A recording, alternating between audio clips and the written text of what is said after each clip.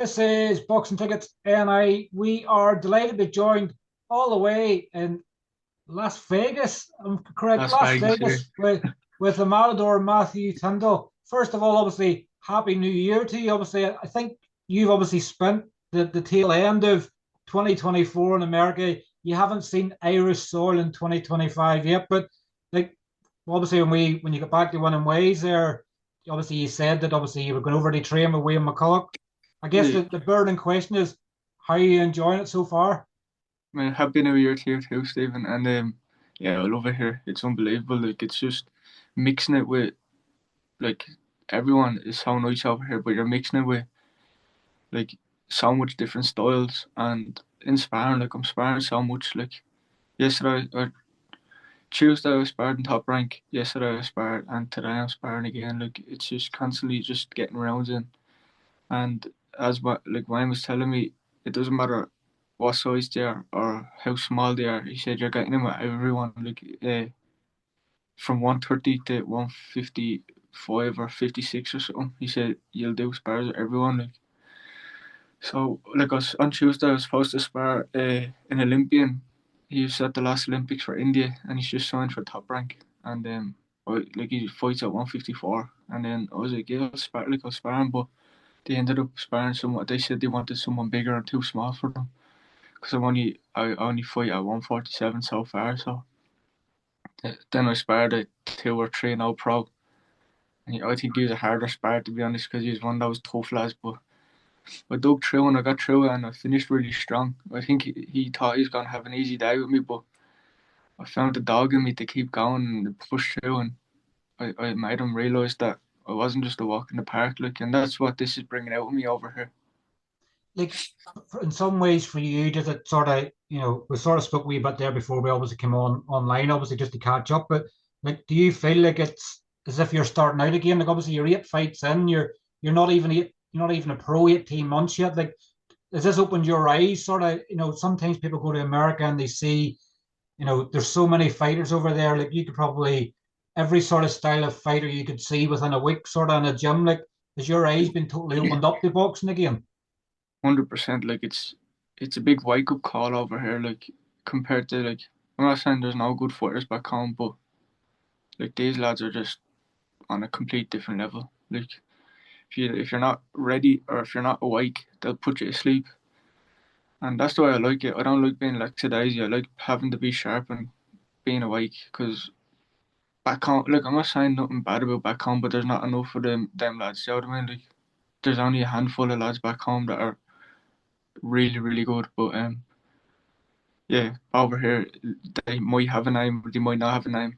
You know what I mean? They're all the same. It's just about getting chances over here, and some of them do, some of them don't, but they're all as good as each other. Like, It is that way. Obviously, in America, sometimes like there's world class talent there, but they can't get the promotional backing. Then yeah, and they probably a lot of probably people had the talent, but just couldn't mm, obviously get that lucky break in boxing. Sometimes, like you may come across people in the gym and you're going, Craigie, these guys are amazing. Like mm, they probably belittle you in a way where it makes you more hungry. You go, look at the level that these guys are. Like it's giving you probably that rude awakening, probably in some ways. Where you're yeah. sort of going, Craigie, where have I come into? It's a minefield in this place. That's it. Like the other night, top rank, we didn't have anyone organised to spar. Like, and like Wayne was like, I don't know this lad you're getting in with. So first round, be careful, but just get on your job and see what it's like. And straight away, he wasn't now like messing around. It was straight in. It was like a fight, like a proper fight. First 2 rounds tight, but he would have nicked them. Then three, four, and five, I dug deep and I won them rounds. Like, but that's all. That's all how it matters. I think how you finish the spars and fights. Like it's not about, especially when they're longer rounds. Like you can kind of afford to have them first couple of rounds to see what it's like. But then the business end is the later rounds. I think. For you, in some ways, obviously, we know obviously you picked up obviously you defeated the Senan, obviously, you Yeah. stepped up too early. Like, are you sort of looking at it now and going, I probably wish I was in America. Probably, if you could have rolled back time, you wish you'd have went to America sooner. Like, you probably learned more in a couple of weeks now than you probably learned in your 8 pro fights so far. Yeah, I have learned so much over here. Like wine is a like I can't express enough how good of a coach Wayne is, and not only a coach, he's such a good person.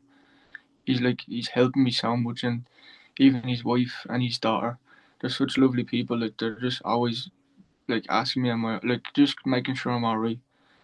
And yeah, like you know what? I don't regret anything with sending. I'm not happy it happened, but I'm grateful it happened because it's at the it gave me something to work forward to. And if that didn't happen, I could have kept going thinking I was all great, and I would have failed at a bigger. I'm not saying sending and that fight was a huge stage, but you know what I'm saying. If you get a slot on a TV shot or a big title, like it could fall harder than what happened. And it was a good fight with me and Senan, but I wasn't. It was a bit too early, but I'm happy it happened because it gave. You even seen in my next fight, my whole camp for that fight. It was just like relentless, like, and same here. Like I'm sparring 3 4 times a week, and then I'm doing 6 to 10 rounds each day. Like, so it's all about just learning from that loss, and I feel like I have, and it's all about how you come back. I think so you see some of the fighters taking a loss and they don't come back. I feel like I didn't take a loss that night. I feel like it was just a big learning experience. So what if I lost? That kind of feeling of taking that loss is got or having that ow there is gone now. So there's no kind of nervy feeling there anymore. I was going to say, obviously, it's only a loss if you don't learn from it, and obviously you've learned from it very quickly. Like obviously in the last interview we done, it was there's no more sort of pussyfooting about. I'm Mm. going to take these guys out, which you Yeah. obviously you done. So you know you've taken that experience, and I say the good thing for you is that yes, when it happens early on, there's not a lot of mistakes. Not even that you made a mistake, but it's you're a short pro at that stage. You're not like 5 or 6 years as a pro, and there's so much to wipe clean, and then in your mind and stuff like that as well. Like it's probably easier for you at that stage to take a defeat than it would have been if you were 15 and 16 and 0 and say fighting for a European title or something like that. 100%. And I'm I'm never happy to lose, but if I was gonna lose, it'd be descendant. The other man is a top lad, and he's he's not an arsehole. He's so great, like he's so good after the fight. Like you see some lads talking shit after fights and all, but he wasn't. He gave me my props and all, and I give him his props, and that's the way a fight should be. If you win or lose, you should be fair, and that's the way we both were after. You obviously like you're back obviously in action. Obviously, we're doing this over Zoom, obviously, because tomorrow or today is Yeah. obviously this will go out the same just after sort of the press conference. Like you're obviously missing the Belfast press conference because you're out in America. But like in some ways for you, but you probably like to have longer in America. Or I guess, at this stage probably a couple of weeks, get used to it, come home, fight, take a bit of a rest, and then go back out again. Like for Yeah. you, would you like to have longer in America before the next fight, or has it just sort of worked out well for you? Um, I've, I've, I'm gonna have spent about a month here. So, and my camp started back home. So I didn't only start my camp here. I was already in camp, and I'm finishing it here. And yeah, I'm just picking up everything over here. And I wish I have been here longer because I love it.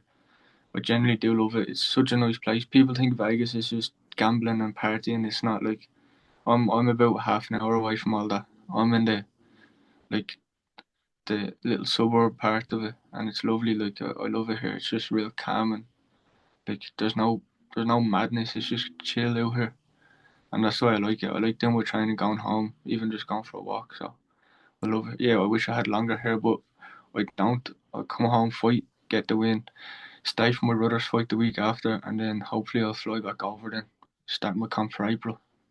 Are you more nervous, obviously, for Sean's debut than probably, you probably were at any stage in your own career? Like you obviously talked him up quite a lot, you obviously have respect his brothers and everything else, but like, are you probably more nervous for Sean than you probably ever been for yourself? Because I guess you can't do anything for him when he's in the ring. That's it. Like for me, I get nerves obviously from my fights, but I'm confident and I know whatever happens, it's in my control in my hands. As you said, I can't do anything for him when he's in the ring, so I hate it. It's like I'm even getting nervous now thinking of it. Like, um, even on the shows when he done exhibitions, like watching over, like it gave me like a horrible feeling. Then I have to go after his fight. Then I'll have to go try and calm my nerves from my fight. Like I hated it. So I kind of like that we're not on the same show because I'd be having a little panic attack nearly in the dressing room or whatever. But no, he's gonna be deadly. He's putting in some work. He's in some shape. Um, my dad and Jay and all are, and Vinny and Jimmy and all are doing a great job with him. And he's gonna show everyone. He's fighting a good tough lad now. Jake Pollard is it? Big card. He's a tough goer. Like it's a tough one for your debut, but I feel like he's gonna perform and show everyone how good he is. And yeah, he's over in England now with Glenn and my dad. In Liverpool and Manchester doing a bit of sparring and training, so that's good for them. Learning experience training with the Smiths and all them lads and Crawley and also it's good for them. Obviously, Belfast, most all your fights have been in Dublin. Obviously, you're getting the fight in Belfast. Like, have you fought in Belfast before as an amateur and stuff? Like, you're well aware of obviously the boxing scene and everything else like that. Like the different atmosphere, the different people, different venue, I guess, as well. In Mm. some ways, obviously the Devonish, which has been used quite a lot down through the years. Like Paddy McCrory obviously had his breakout sort of in the Devonish. I remember Gabriel Dutt or something he called him. I think he folded him up like a deck chair. Lennox Lewis obviously shared it and everything else like that. Like Mm. the Devonish obviously has been a great venue for boxing in the years. I'm sure you're looking forward to being fighting in a different city. I can't wait. Belfast is such a good boxing place. Like they all get behind their own. Unlike, well, I'm not saying unlike the south, but um, back back where in Dublin, like I get my good support every time. Even in Belfast, I've sold like I haven't sold as much tickets, but sold a decent amount. But it's like a proper boxing city, Belfast, and they always come out just for the fights. Like they don't come out just for one; they come out and support the whole lot, and I love that. And I can't wait to fight up in Belfast as a pro. It's always been a little bucket list thing, obviously. But like, who wouldn't want to fight in Belfast? It's such a good boxing city, like, and I love it up there. I always like me and my dad, and I'll go up there all the fights whenever they're there. So I can't wait to be actually fighting on it. Yeah, I fought there as an amateur a couple of times, but be way different as a pro. Be good experience. And obviously Wayne's not going to be part of obviously the corner for the Devonish. I guess in some ways probably maybe people thinking obviously Wayne McCullough coming back to Belfast. I know he was back home last year. When obviously I guess that communication started going back with your dad and things like he's probably on the phone to him telling him what he's working on and things like that. So I'm sure he'd be trying to tune in some way to watch the fight because obviously he's in America with other opponents. But when would you hope to have your first fight with Wayne in the physical corner? The next one. Oh, sorry, the lights that are switching off there.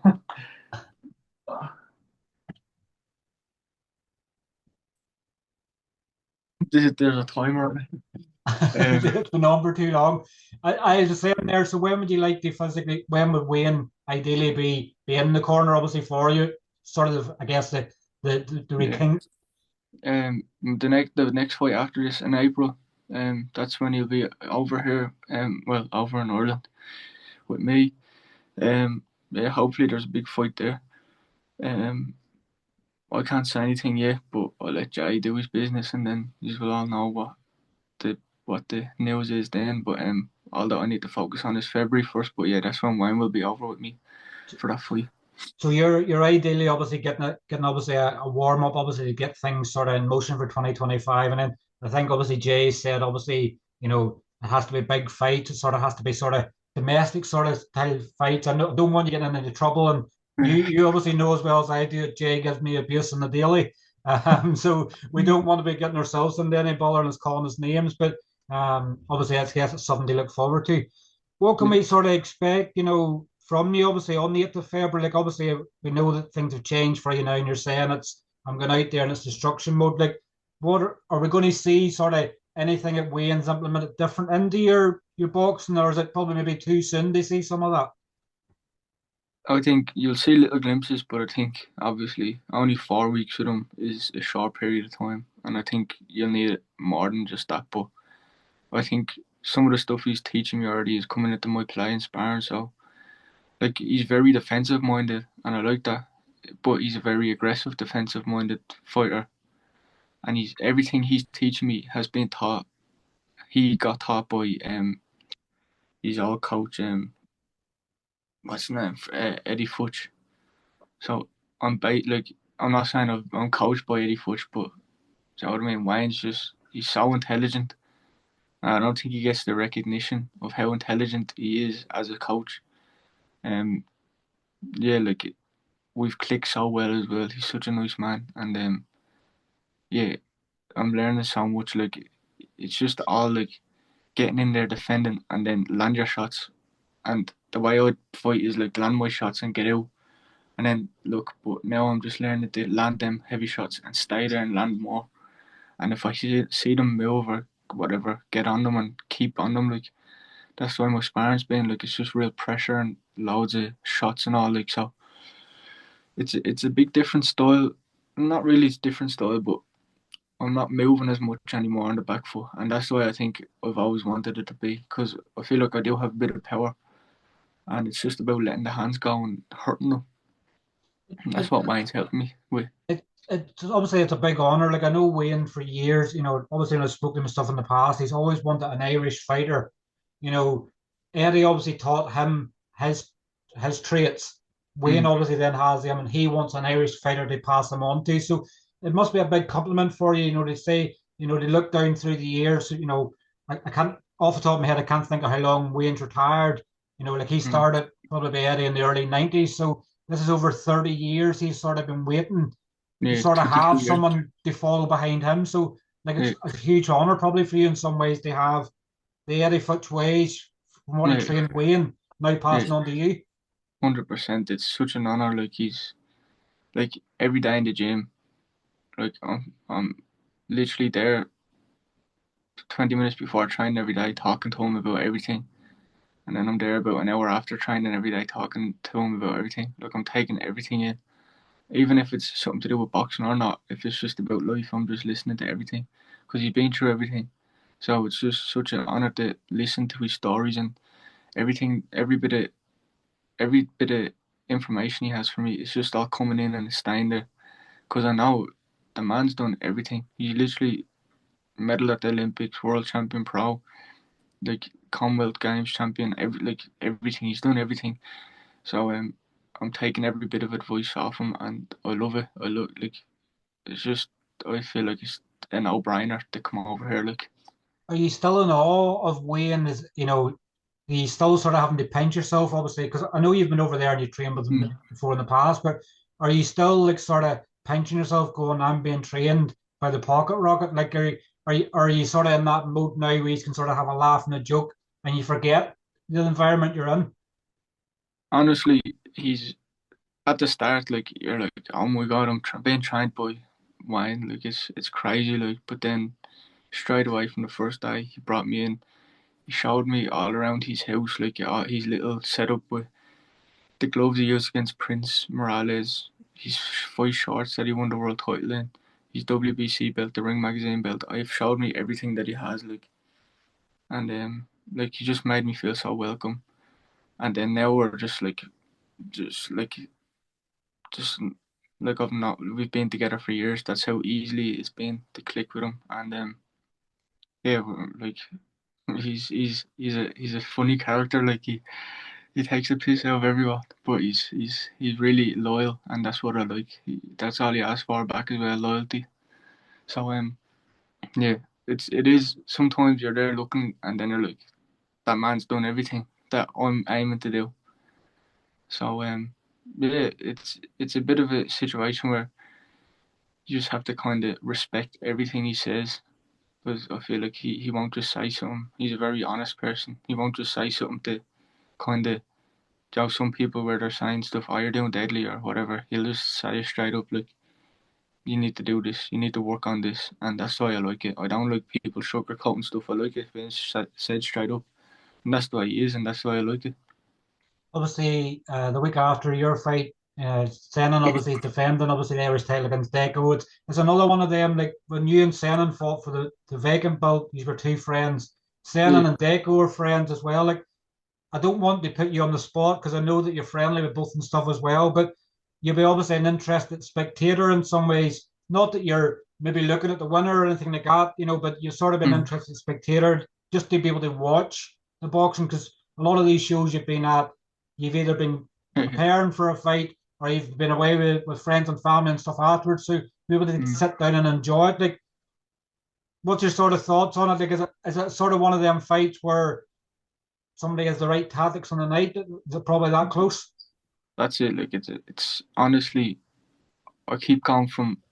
I've utmost respect for both of them. I just still can't think of the winner. I think it's literally down to the game plan and who sticks to it.